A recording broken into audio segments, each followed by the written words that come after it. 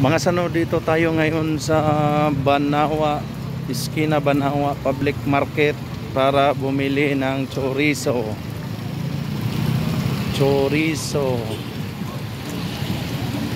Dito tayo, dito. Nasa ano to, Barangay Guadalupe, Cebu.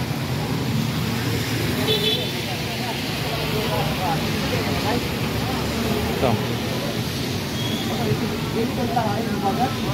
Chorizo. Kasi naay kuan, naay ahos. Aho kana.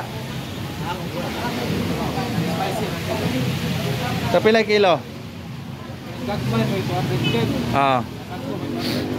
Akin ang gagmay. Kasi kalainan nila ni. Okay, luar may spicy na. Spicy. Sige. Ni. Balik 1,000. Mo ni siya ang kan puno o medyo ahoson. Okay na kana.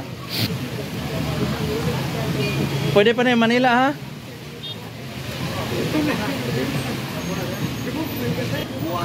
Pwede di ma-rep dayon ron. Mato pa ko karkar. Sige si. Ha? Oo, nindot og frozen. Sa Guadalupe yung sikat na bintahan ng mga chorizo. Ito malaki.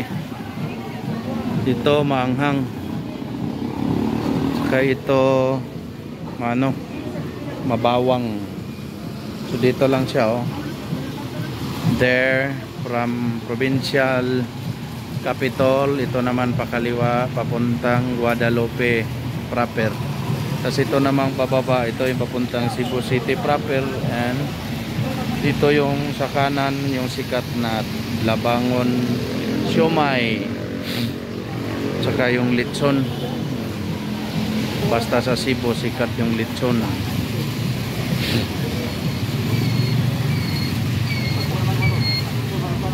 Akan na, wag kita ikulba na. Ayan, frozen. Dublia palihog mi ko ha.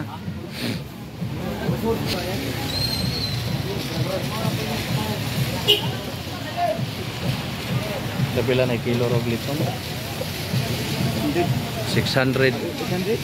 800 na pala.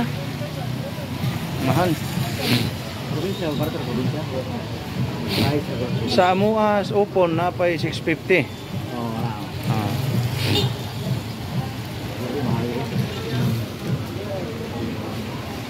Balik sa Kalibor ha.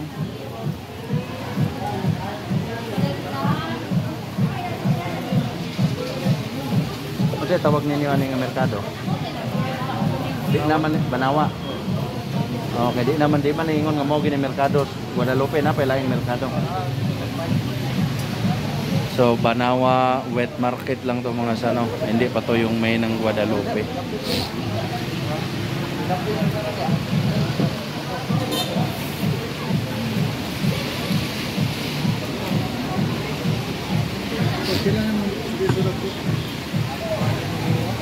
So ayan na. Binalot na niya no.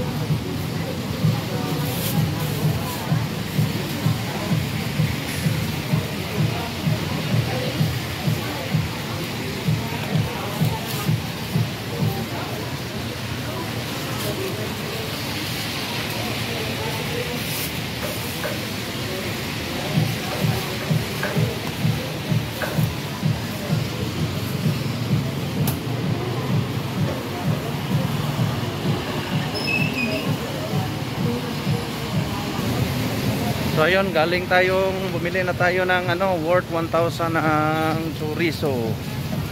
So dito lang yan sa Banawa wet market mga sano, para ka-convenient. Hanap na lang kayo ng parking. Mayroon naman sa tapat. Ayan.